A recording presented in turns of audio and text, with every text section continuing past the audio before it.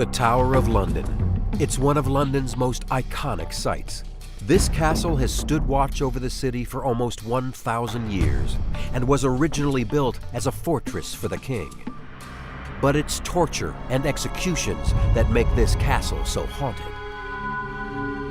The Tower of London is famous for being the place where prisoners lost their heads. But not just any prisoners.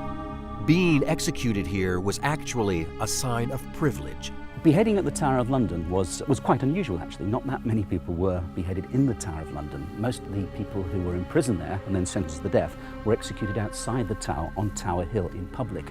The Tower was reserved for those of noble and royal birth. So, for example, the queens of King Henry VIII were beheaded inside the Tower. But that doesn't mean this grisly form of capital punishment wasn't a horrific way to die.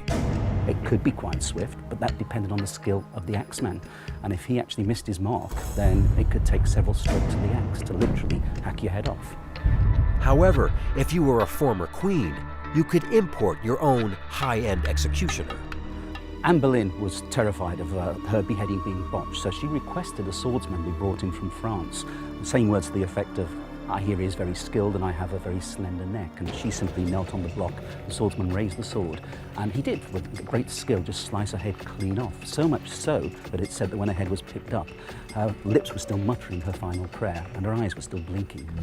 But not all royal prisoners were allowed to request their axeman, or even prepare for their impending doom. A prisoner obviously would be told the date of their execution, and sometimes that happened within a matter of hours. So they would have been told in the morning that they had a couple of hours to live.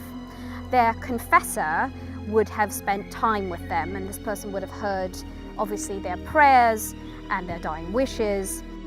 And then, if the king or the queen allowed them to, they would say their final words to the crowd that had gathered.